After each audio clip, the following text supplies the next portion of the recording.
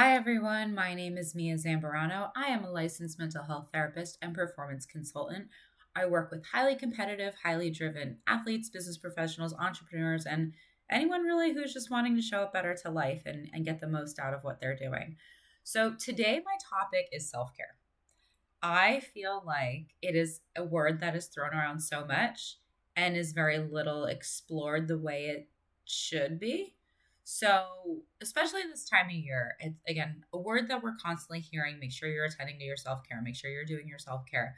What does that mean? Why are we doing it? And what are the top reasons we avoid it? That's what we're going to talk about today. Short, sweet, to the point.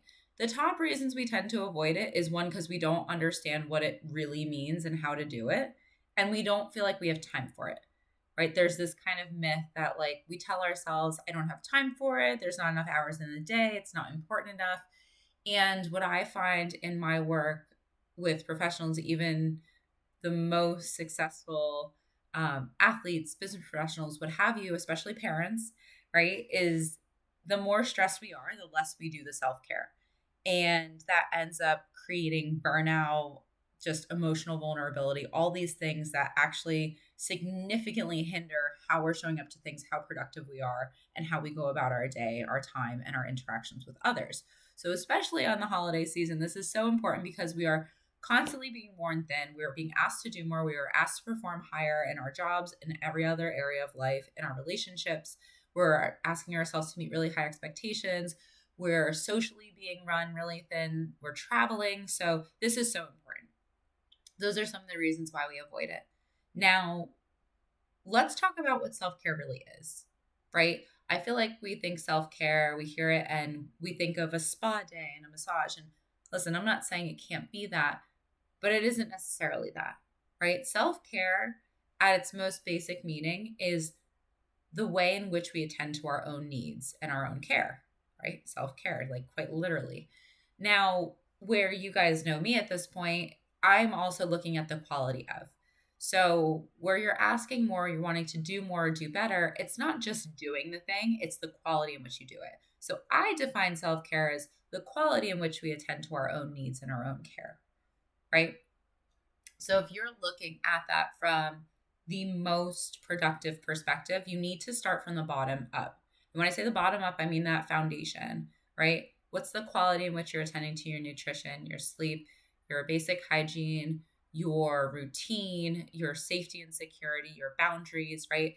All of that core foundational stuff, your hydration, your exercise.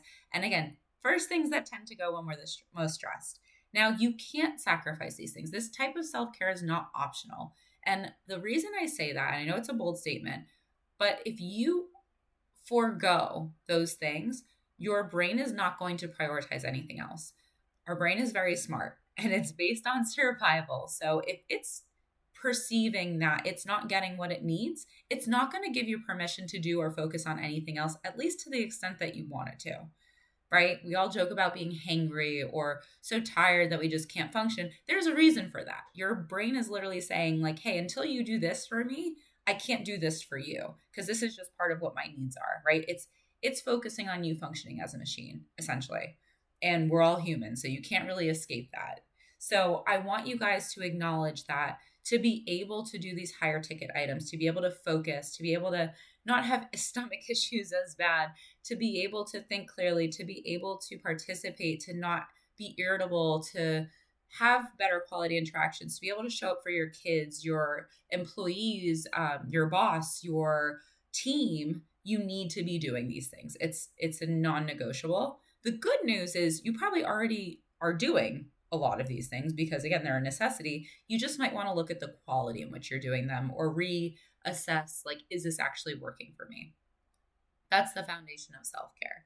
So I want you guys to kind of challenge yourselves in one, how you think about it, two, the excuses that you're using to not attend to it, and three, just acknowledge how much your life could shift if you actually designate time and attention to these things, not just going through the motions, not eating on the fly or, just trying to get the bare minimum hours of sleep. There are ways that, and again, it seems counterproductive, but the more you are mindful about these things and dedicate time and energy to them, you will be more productive and you'll actually end up getting more time back. You're going to be able to think more clearly. You're going to be more productive. You're going to be more motivated. You're going to have better quality of interactions and everything else. So, that is my spiel on self care.